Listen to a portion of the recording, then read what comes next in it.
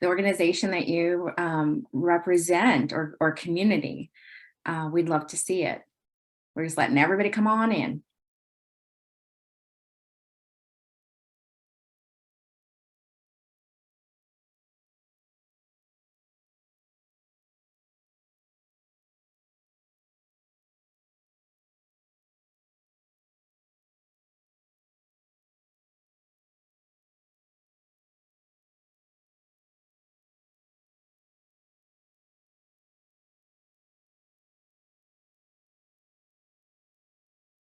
So, Celeste, can you hit presenter mode? We see your entire screen.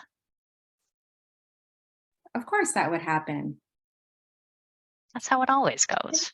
It always goes. Sorry about that, kids. Oh, this group well knows all the travesties of Zoom. Exactly. So you just got, a good view of what was happening. Thank you all for joining us. We're going to go ahead and get started so that we preserve your time, but also get to a really exciting conversation today. I first want to thank you for your time and for joining us and being here with us today. We are so, so grateful because I know time is a commodity, but I'm excited for all of you to be here to talk about how you can bring more generosity to your community, however you define community. I am Celeste Flores, and I'm the director of Giving Tuesday's US and Canada Hub. And what that means is our team works with partners, community leaders, youth, everyone to grow generosity in these two countries. However, we are a global movement, and much of the same work that we're talking about today that is happening in communities is happening in over 90 countries that celebrate Giving Tuesday around the world. So we hope that today we have something for everyone who is interested in using a giving moment like Giving Tuesday to spark more giving in your community. In a few minutes, you're going to hear from the experts, leaders, people like you who are lifting up campaigns and activities and events in their communities to give everyone the opportunity to express generosity around Giving Tuesday. But before we get started, I want to know a little bit about the people that we have in the room with us today. We are going to see a poll pop up, and I would ask you to please select the response that most represents how you come and how you come to the conversation today. It really helps us understand who's in the room, and how we can make sure that we're hitting all those key points. This is so exciting. I love polls. I'm so excited to have those. So please hit the button.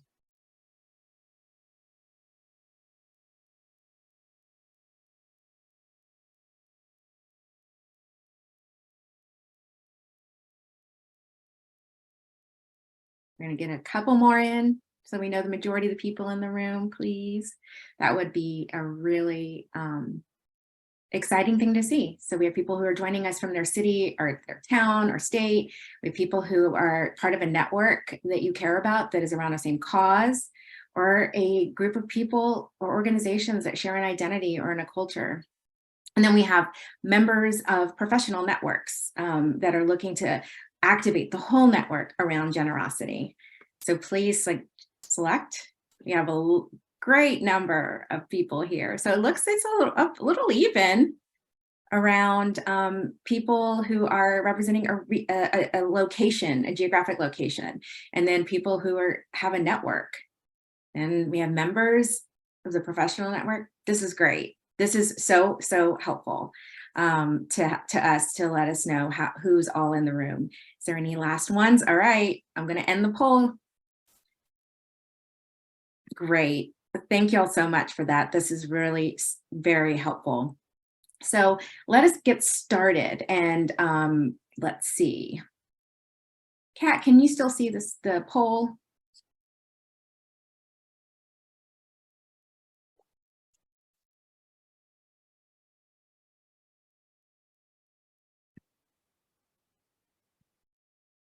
Okay, I hope everyone can see the poll there. That's who's in the room. Thank you so much. All right, we're going to go ahead and get started here.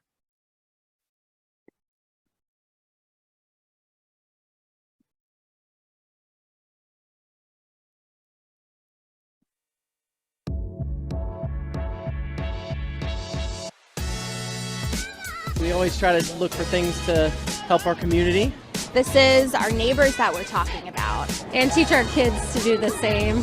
Giving Tuesday is an opportunity to support local organizations. We definitely like to support anybody local. It's really important to donate to local charities because the communities really need our help, especially after the pandemic. When it's going back into the community, you get to see where your dollars are working. The best place to make an impact is in your local community. I would say the best way to give on Giving Tuesday is to go to GivetoGehenna.org. Because one donation goes to, I think it's 9 community organizations. GivetoGehenna.org. GivetoGehenna.org. GivetoGehenna.org. If we all do our part, we can make a big difference.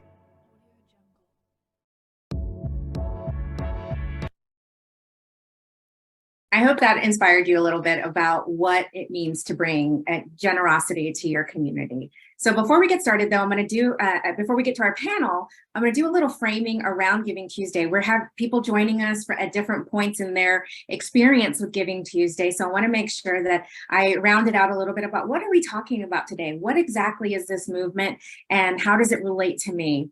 So Giving Tuesday started 11 years ago here in the United States, just as a day to do good, asking people to do good on Giving Tuesday, the Tuesday after what we celebrate in the US as Thanksgiving. And it was meant to be anyone, anywhere could do something kind and generous for someone else on this day. But fast forward 11 years later, it has turned into something much bigger. Is now a global movement that is completely focused around what we call radical generosity and imagining a world that is built upon our shared humanity and generosity. When we operate from a place of generosity, that is creating the community and the world in which we want to live.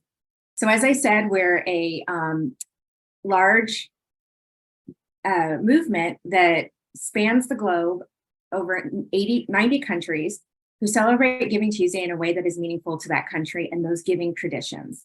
We're gonna focus a lot on local movements, but just knowing that this work is happening in different countries all over the world to grow generosity under the banner of Giving Tuesday. Now, a lot of those campaigns in other countries have many different names and in relative languages. So it's Giving Tuesday celebrated in just a form of generosity, but something that is personal and meaningful. So what do we mean by this movement of giving, of generosity giving, and how did it grow? How did it get to so many countries? Well, really, this is made up of a bunch of generosity activities that are happening in communities all over the world.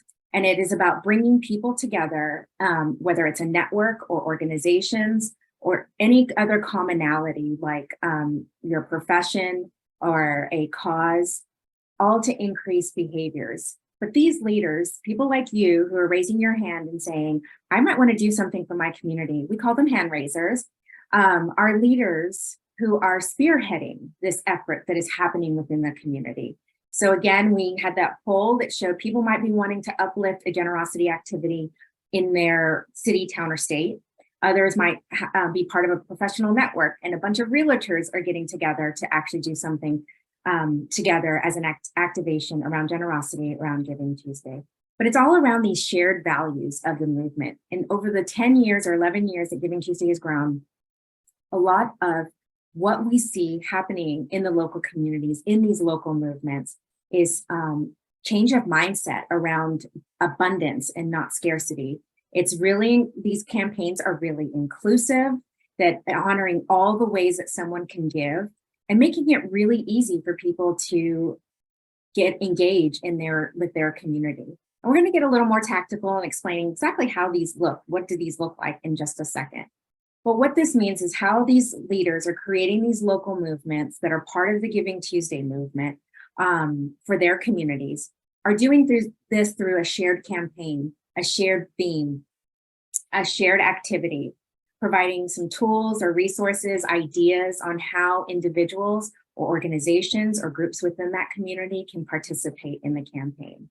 Now, I should say that to make it a community movement, it is for the benefit of an entire community, not for the benefit of just one organization. That's an individual nonprofit campaign. However, we're talking about bigger campaigns, as you saw in the video for to Gehenna. It's a neighborhood outside of Cleveland, and they did a campaign to honor all the nonprofits that are in the local area of Gehenna, and supporting them through activities, volunteerism, and monetary donations. So like I said, leaders of all kinds come together to create something for their community. They can rally around a geographic area or a cause. This is an example of one of those early cause campaigns that have brought together a bunch of zoos in the US that all participate around Giving Tuesday under the campaign Giving Zoo Day. And all of these zoos are on one platform raising money around the cause of supporting our local zoos, but you could support the zoo in your neighborhood. We have networks of individuals who, there's some commonality between this network, but then we also have campaigns that are centered around a culture or an identity. And we have a couple of those campaigns that are going to talk during the panel, but how creating something for the whole so that everyone can participate in a particular campaign around a shared identity or culture. So why do they use this day? Why do leaders like yourself say, I'm going to create something for a community or my community with others? And I should say, leader doesn't mean one person. It could be a group of people in your network who are going to create something together and share the work. But there is very easy ways of a low lift to something much more bigger and sophisticated after years of doing it that you could grow to. But why Giving Tuesday? Why a shared giving moment? Why are people using these moments like Giving Tuesday to rally around? And it really is around the notion of giving together and that everyone has something to give. Now, here in the United States, Giving Tuesday is big financially. Yes, there's $3.1 billion that were raised on Giving Tuesday last year in the US alone. And again, this is though one part of Giving Tuesday. Really, it is about people celebrating Giving Tuesday in all the ways to give. And in a way that is meaningful to a person. So this shows you in the United States how many people actually participated in donating money, but donating donating goods or giving of their voice or their platform for a cause that they care about, and giving of time, volunteerism. So as you can see, these shared giving moments are not only people giving together, it's this immediate call to action, but it allows organizations and networks to really act together during these moments. And these shared giving moments do see a spike in giving. And so this is just to show you one given year of donations that are made to nonprofits. And you see the spikes happening at times where there was a shared giving moment. For Giving Tuesday in the United States, Giving Tuesday is one of 3 days that people are looking to give to nonprofits. It's Giving Tuesday and December 30th and 31st, usually for tax reasons. But there's lots of shared giving moments that happen in communities already, but a lot of, and those communities that do have other moments, other campaigns, Giving Tuesday is another way to kick off the charitable season in your community.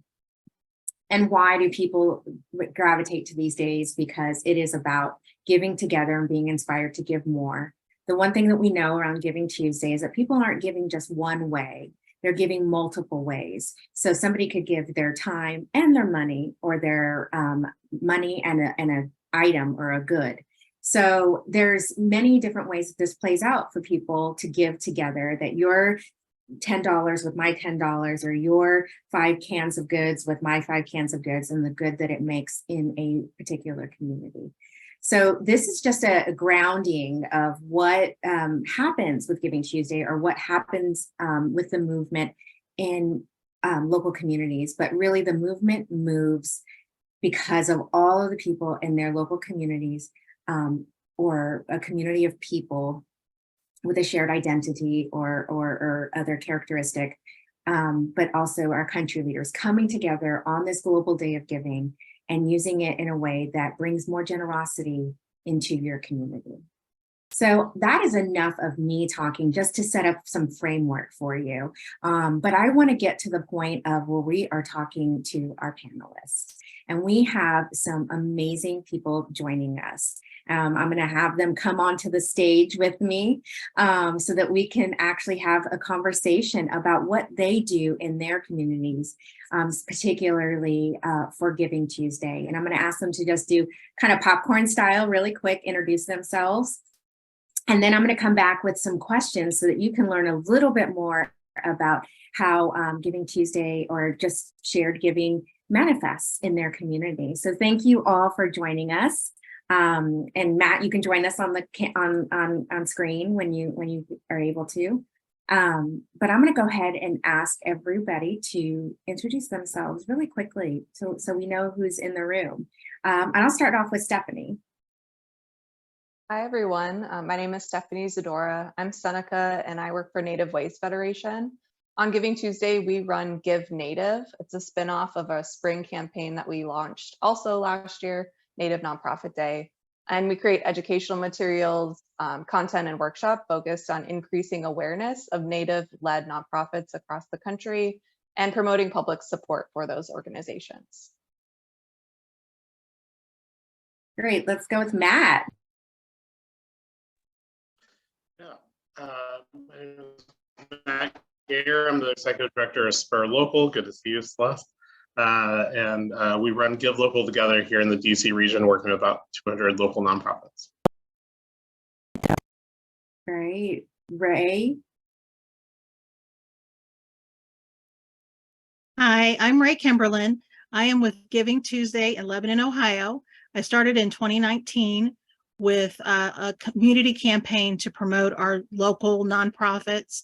We had a shortfall with our United Way fund, and a lot of nonprofits were struggling. And I was inspired by Giving Tuesday Cleveland, and I created a giving guide and promoted 20 plus nonprofits that year.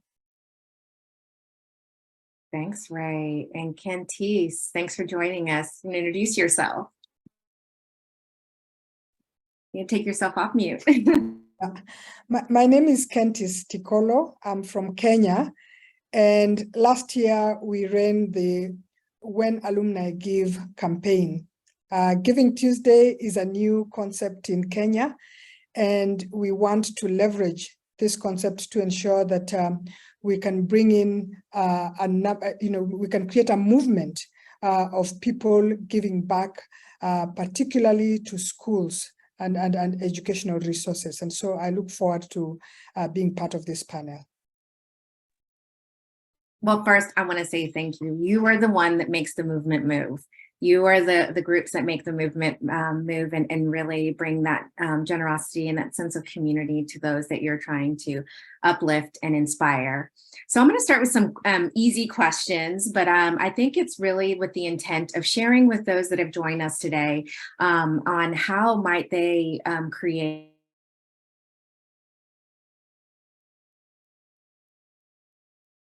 start with you, Stephanie, if you don't mind.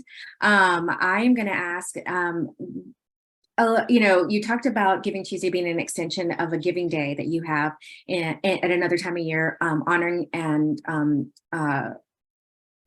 and celebrating a holiday, or time of year. But tell me why, or tell the group why you decided to put something together for the community around Giving Tuesday. Yep. So in May of last year, we launched Native Nonprofit Day. It was our first year doing a giving campaign. And Kat from Giving Tuesday actually reached out to us and said, I can't believe we didn't know about this. We want to get you involved with Giving Tuesday. So we ended up meeting with the Giving Tuesday team and hearing more about Giving Tuesday.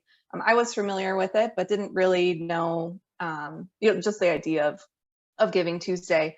But the team talked more about the emphasis and importance of generosity, and that really resonated with our team because that's a huge Native value is generosity. And so I felt like there was a lot of alignment in the kind of vision and goals of Giving Tuesday. So we decided we would extend that, Native Nonprofit Day to Giving Tuesday with the Give Native campaign. Great, and I love that. Is there any difference between the two campaigns, or is there, what have you learned so far? I know this is like year one, really, for both of those days. Yeah, we've learned a ton.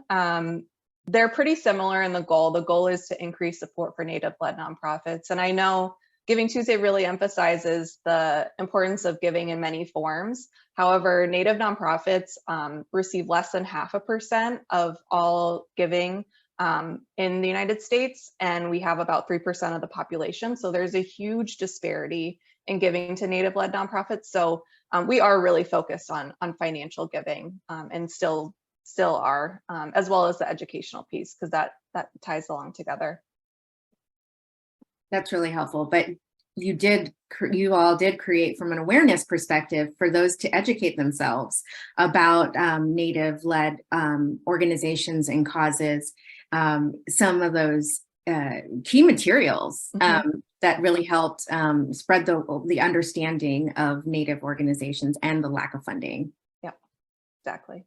Tell us about, before you go, I want you to talk about the bingo card you did, because it's a really, a lot of people loved it. Yes. So I'd love you to share that. So one of the other things that Giving Tuesday emphasizes are engagements and like activations. How are you going to engage people? So we did a couple things last year for Giving Tuesday. One was a scavenger hunt. So kind of questions about Native nonprofits, our founding members as an organization. We also had a bingo card, and I will say bingo is pretty like culturally significant to our communities. So it really made sense for us to have this bingo card, but it was based on another resource. There's a ton of resources that Giving Tuesday shares and the network shares. So it's kind of based on that, but we had just some activities that people could complete, and if they, filled out the whole thing, they would get bingo, or filled out a line, they would get bingo, like sharing posts, giving to organizations, volunteering, other way, all of those different ways that people can support organizations to just get people thinking about ways that they could be involved. I love that. Well, thank you for sharing that. I'm going to turn it over to Matt really quick and talk a little bit about the campaign that happens in Washington, D.C. in the United States, and what activities do you have as part of the campaign to engage the community? So you could tell us a little bit about the campaign itself, but then also the activities that are done to engage the community. And I know you all tried something new this past year as well. Definitely, yeah, happy to. So we work, again, with about 220 local nonprofits in the area across Washington, D.C. and kind of nearby region, to largely focus on kind of donations for them that day, but also volunteer opportunities as well. So we do a lot of marketing on their behalf, but also a lot of preparation for them. We work exclusively with very small community organizations, so helping them kind of have the resources and templates, information they need with their small teams to actually get out to their kind of community and also connect with folks. So we're raising awareness, but they're also raising awareness that day. And activity-wise, a few things we've done that have been helpful. One we've done for several years. One was new last year. So the several years, we've done these kind of giving hours. So for 4 different hours across the day, we have a small prize, $1,000 prize for the nonprofit that has the most donors during that hour. So not necessarily the most money, but the most people participating, really focusing on that civic participation there. And that actually, we've seen dramatically, people get very excited by that and really kind of participate in that really fully and raise somewhere between $90,000 and $100,000 during that hour as people really get kind of fired up about possibly winning that prize. So that's been a really great activity for us. And then last year, we also, we have a really strong small business community here in DC. And wanting to make more connections between the small business world and the small nonprofit world. So we did a gratitude crawl last year where we worked with some small businesses that helped raise awareness of our nonprofits on Giving Tuesday, and in return offered some discounts, deals, etc., to folks that gave or volunteered around that time. And then we kind of highlighted them as well to kind of try to keep those shop local, give local top of mind for folks in the area. That's great. That's a great way to get local other stakeholders involved in the campaign. And I should have said in my introduction that I was also a former leader in Texas, leading a campaign. And I think that each year we added a new component of the community that we weren't hitting or that we weren't getting to or that felt left out. And I think that that is just part of growth. And I think that all those activities were a way for people to find themselves in doing one or many of those giving opportunities. So thank you for sharing that, Matt. I'm going to go over to Ray and ask a little bit about your campaign. And while you're pulling together something so important for your community, you're doing this with others. You're not part necessarily of an existing organization in the same way that Stephanie or Matt might be part of. But when you first started, it was just you, Ray, saying, I'm going to do this for my community. And tell us a little bit about that journey and what the campaign or the activity actually is that you do for your community. Sure. So I've actually been involved with Giving Tuesday for a while. Since 2014, I did it as part of nonprofit that I was working for in a church. But in 2019, I ran for school board, had a great campaign. I did not win, but I felt very grateful to the community and started thinking about how could I show my gratitude. I had read an article about the shortfall with the United Way, and a lot of nonprofits were struggling. I knew they didn't have a marketing team or a fundraising or development departments to really help them raise money. So the next morning I saw on the news that Giving Tuesday Cleveland did a campaign where they promoted all of the nonprofits in the Northeast Ohio area. So that was my inspiration. And so I started contacting the local nonprofits that I had relationships with and doing research and finding others within the city of Lebanon, Ohio.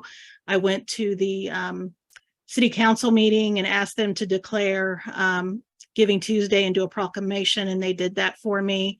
I set up a website, and on the website gave information about all of the various ways that people can show their generosity through donations, their voice, their time, and providing donated goods. But then I also created the giving guide, which included a listing of all of the nonprofits in the city with their logo, links to their website, also had links to like their Amazon wish list, their donation buttons, as well as their volunteer links. And I launched that on Giving Tuesday. And then during the day, I would promote different nonprofits every hour on social media. And so that's what I did my first year, and then have just grown it after that. That is a lot. That is a lot of work too. And I know that I'm not, I guess to give context, how big is Lebanon? How many nonprofits are we talking? Well, it's very sad. We've seen since COVID, a lot of them have closed, but there's been a lot of new ones as well. I personally have, I believe, 30 on the Giving Guide currently. There are some new ones that I'm trying to connect with. I'm also looking to expand to include the full county, so to try to get more involved. Thank you for doing that. I love that story of running for office, realizing who else is going to do this work? Who else is going to pick up this this mantle and support the organizations in your community, and to be grateful and gratitude after doing so much work. We are grateful to you, and I'm sure your community is grateful. So thank you for sharing that and showing and demonstrating that it just takes that one person to say, I'm going to do this for my community, and bringing others along. And we'll talk a little bit about that, how you grow this, so it doesn't seem so overwhelming. Ray just went straight to doing it all, but there are different ways that that we can activate in a community. I'm going to go now to our wonderful friend Cantice, and thank you for joining us. I know that it's evening time for you, so thanks for joining us and for talking about when alumni give. This is a new kind of campaign for us. And it's actually something, when I say us, I mean the movement. There's really not a campaign around alumni giving as a whole, because there's alumni of every sort and fashion of any fellowship or university or primary school or, any program. So I think that the notion of rallying alumni in such a wonderful way is something I hope we replicate here in the United States as well. But tell us about the campaign. This was the first year, and how you saw it, like how you saw that this campaign could exponentially reach so many other groups. A survey was carried out, and this research revealed that alumni are willing to give. What they needed was, some form of order, some sort of structure that leads them to where they would then give. How do they choose how to give and where to give? And so Giving Tuesday gave us a very good opportunity to link up with various organizations that were already organized in terms of putting their alumni together.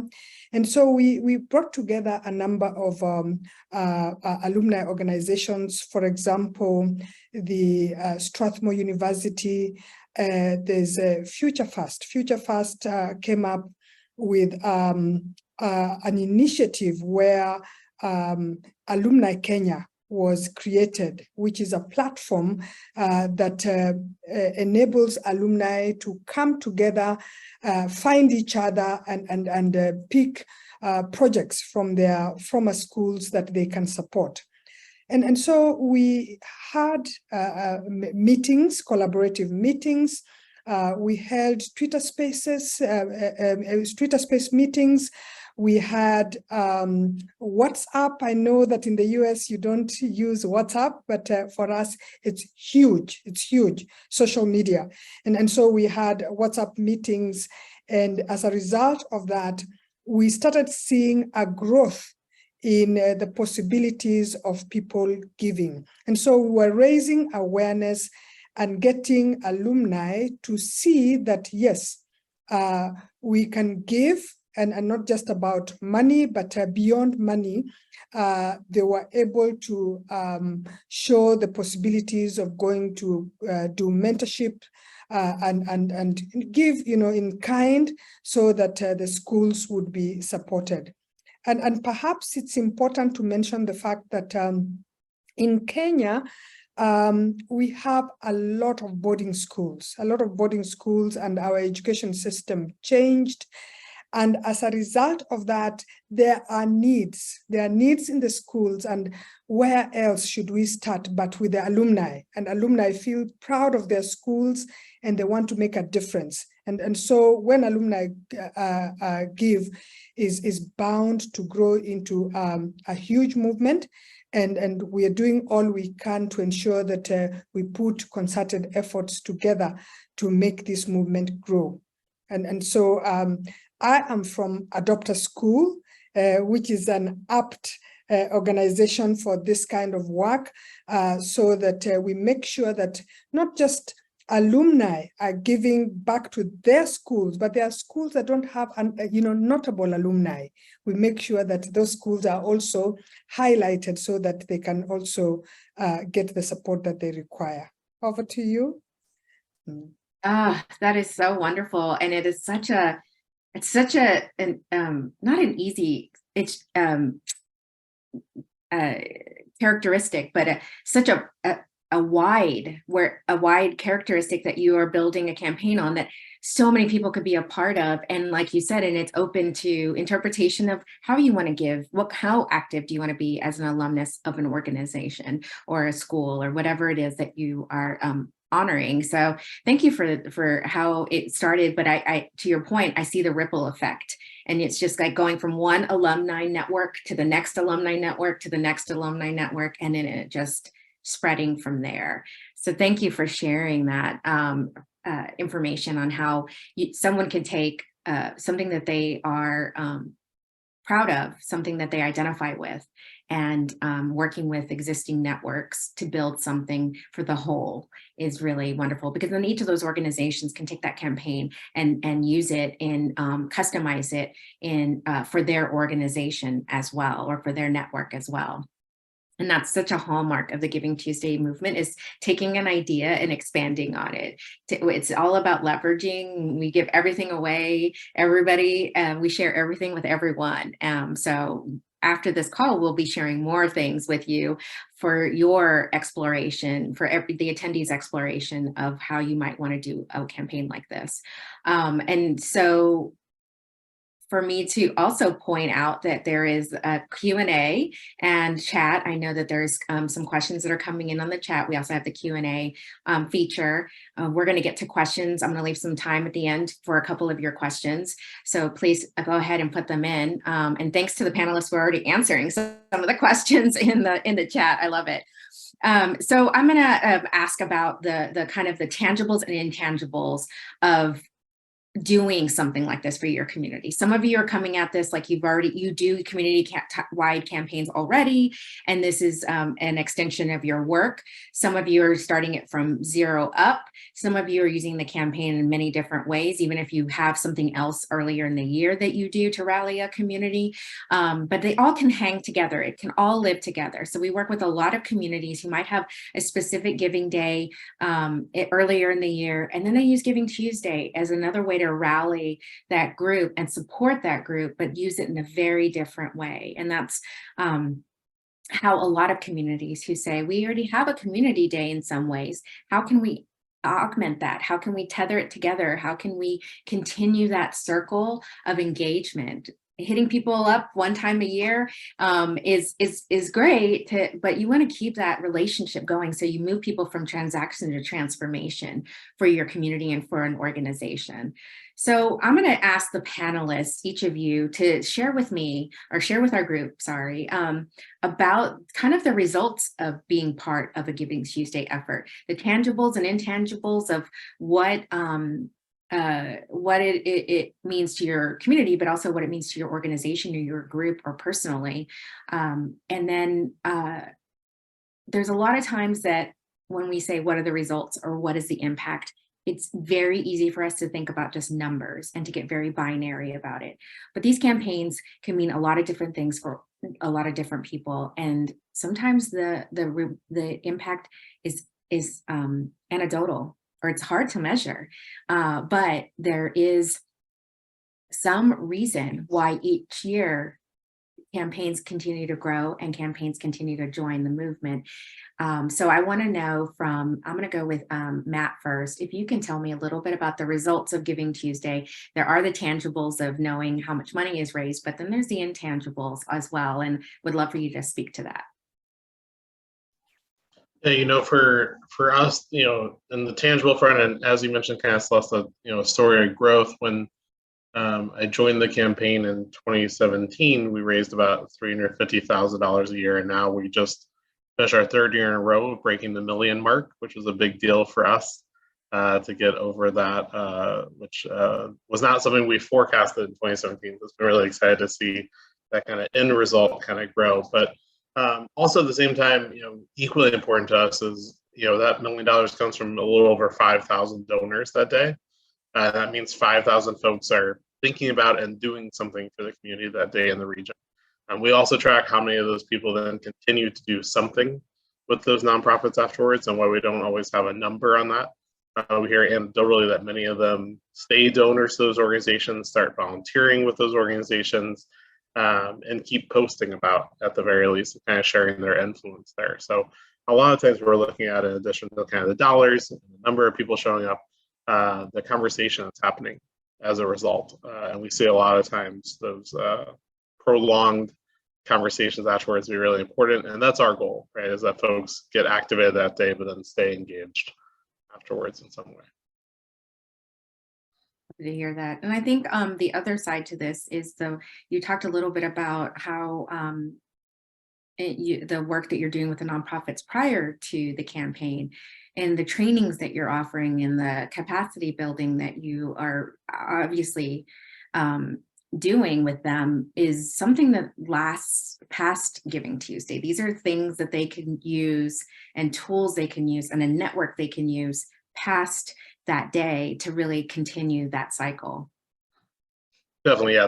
That's a big goal of ours, is that the organizations we work with have everything they need to make the campaign as successful as possible, but also those are resources they can use for other campaigns, and in general, really helping them think about the relationship building part, right? Making fundraising less transactional, that it's less about the money that's being given, more about the activation that's happening, really helping them think about that stewardship piece.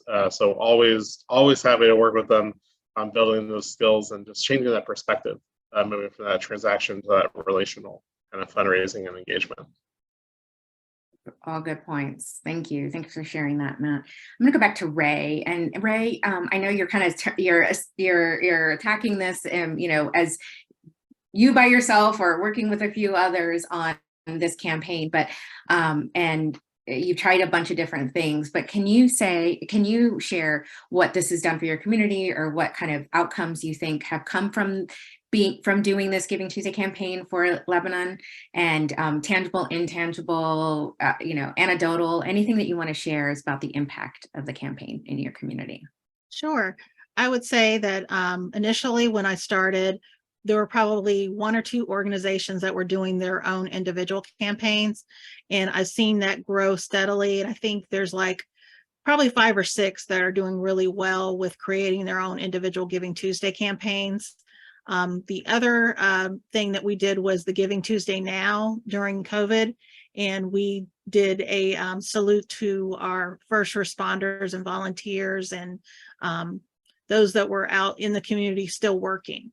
And we had a really great response. We gave away gift cards to those first responders, people that were working in the grocery stores, the delivery drivers, and people were very excited to nominate. We supported a gentleman that was from our Kroger grocery store chain, and he had like 5 different people nominate him. So it was great to read all the nominations and to see the community support the hardworking people that were going out on the front lines of COVID. That's great. Thanks for sharing that. Katis, I'm going to go to you now. And I know it's year 1. There's you may not know the vastness of everyone who used the campaign, because it's like anyone can adopt it. But share with me anything that you learned, like maybe even the group that came together to create this, or anything that you gleaned as the benefit. Yeah, the greatest benefit was to have a focus, a day when we are focused on alumni giving. That was awesome. Because previously, everybody is doing their own thing. And so what happened is that we had the possibility of leveraging on each other, leveraging each other's strengths so that we could get this message out. And it was amazing the kind of ideas that came out as to how we can reach these alumni and in what way they can give. And also we got some interest from government. And so some of the processes that we have to go through to register our organizations, to register the alumni, came under focus. And so we started having meetings with government so that some of these processes can be streamlined and made easier so that alumni can come on board. And so the storytelling also stirred various alumni to feel, we are being left behind. We need to do something about our school. And so I'm looking forward to this year's Giving Tuesday, and I'm trusting that we should be able to raise even more awareness and get way more alumni involved as a result of the success of what happened last year. I love that. I love that creation of fear of missing out and, let's do something. And you're right, that focus, that moment in time. we have a lot going on in our lives, and there's so much information coming in and out. There is so much, so many pressures on our time, but when we are able to focus and we are able to use one moment in time as a call to action is I think why these kinds of campaigns continue to grow. But I'm obviously biased. I think people just want to give, and they want it to be easy, and they want it to give from their heart in a way that is meaningful to them. Stephanie, tell me a little bit about, I mean, you've had 2 new campaigns that your organization has brought on to shed light on the inequities for Native organizations. So, and trying a bunch of new things. And I would just love your take on building the impact or the outcomes of doing this for your community. Yeah, so like I said before, there's a huge disparity in giving, and we want to figure out like what does that look like, and how have our efforts made a difference in financial giving. We don't have the ability to do that, and it's something we would like to do. So that's one goal that we have. But like in the non-tangible things was unity amongst Native nonprofits, being able to bring, for Native Nonprofit Day especially, bringing together nonprofits across sectors, across issue areas, all Native led, because we tend to like stay in our buckets, whether it's education or technology, whatever it might be. And so bringing together nonprofits across issue areas, realizing like how strong we can be together. And I think that was one of the huge things that we've seen so far out of our campaigns. We also provide like the social media materials and education. And I think those are really important because our nonprofits are so focused on the work that they're doing. They don't really have the time or the staff to focus on communicating how amazing they are in storytelling. So being able to provide that kind of professional development for people, capacity building for people. And we've heard from some organizations that we work with or that have used our campaign of, I thought you guys were such a much bigger team doing all these materials, and it's just as of our last campaign, there's just 3 of us on staff. And so being able to provide a resource for our community that they can, like, dozens and hundreds of nonprofits can use is like a huge, like that creates a huge impact. And I think another outcome has Native organizations, again, so focused on doing the work, they're not necessarily involved or called into a lot of these like national or international activities, or even local activities to their community. And so we did a presentation and asked people, are you participating in Giving Tuesday, or have you participated before? And of the 20 people or 40 people who were in the room, was it 20 people in the room, half of them said they hadn't participated in Giving Tuesday before. And so having the Give Native campaign and being a part of something that was meaningful to them, we really are trying to like pull and bring our community into these spaces where we're not represented. And so that's a huge goal of our organization. And I think we're doing that through our campaigns. Thanks for sharing that. I love that, Stephanie.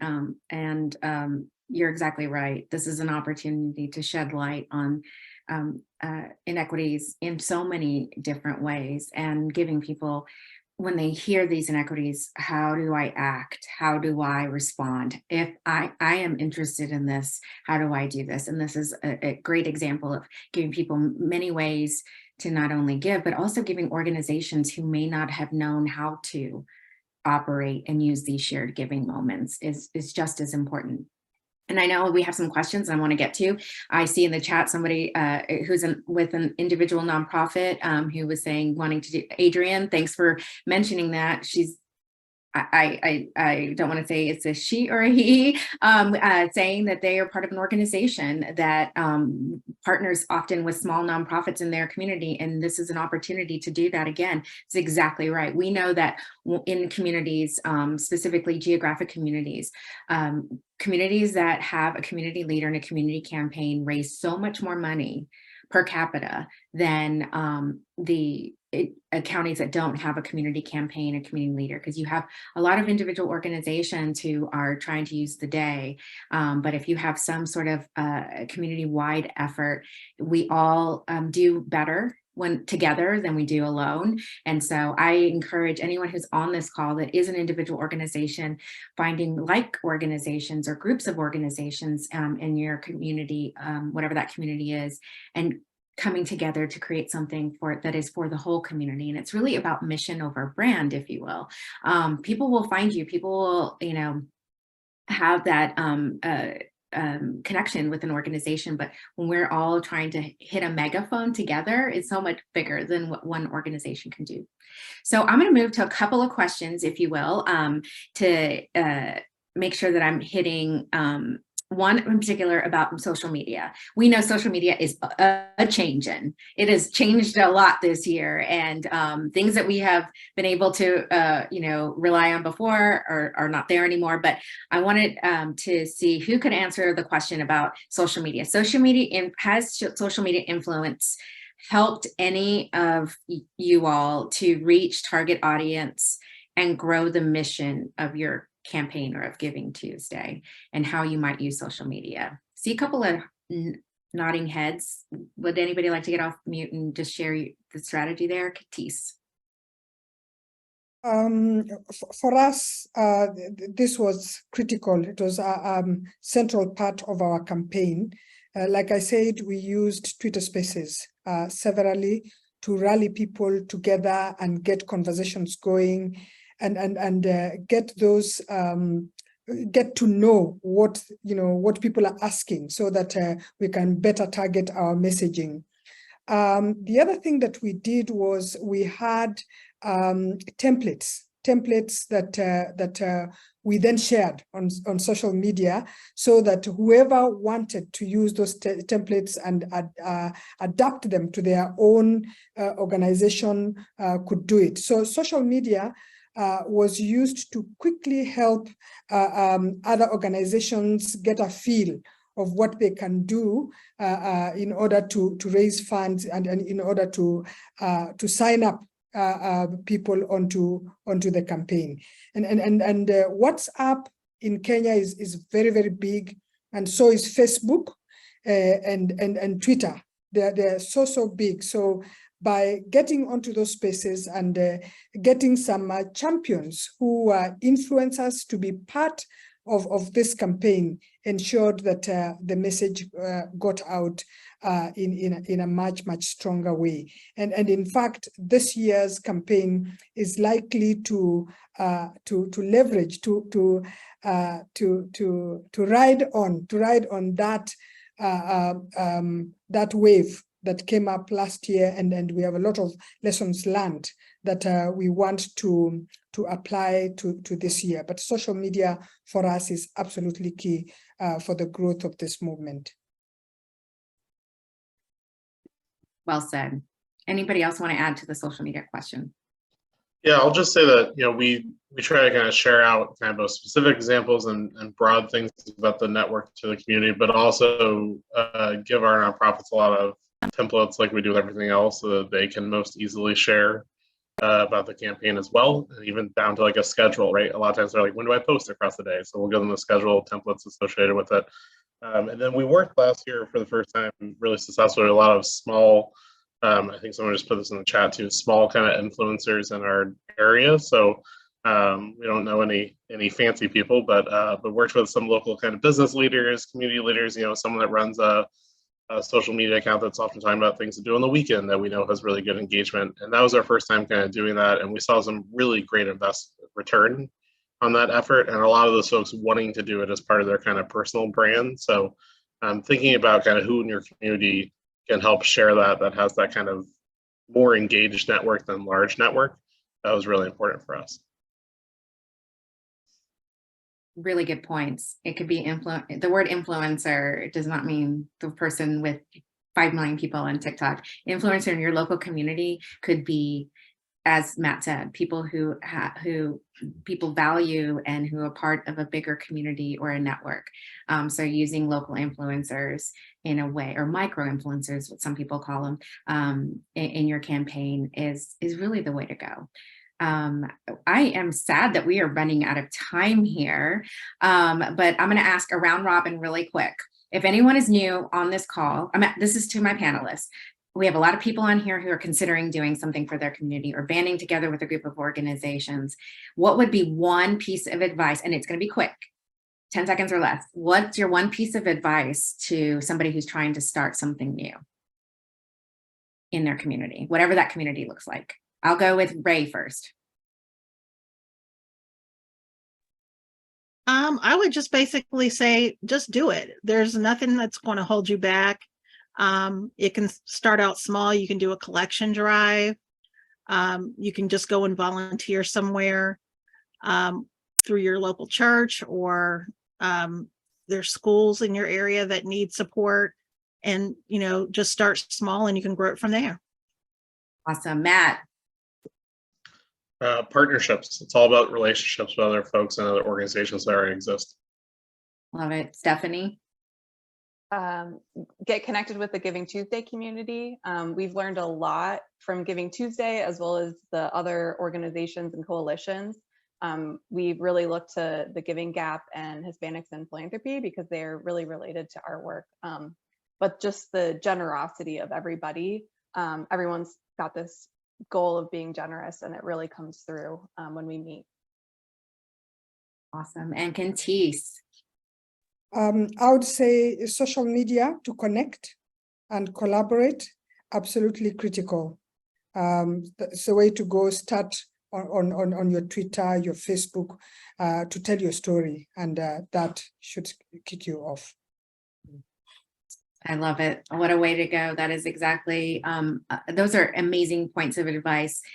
Thank you for joining us today. So that you know what's coming next is an email with the resources, with a couple of resources to get you started, but also some more information should you want to start something in your community, which we do hope.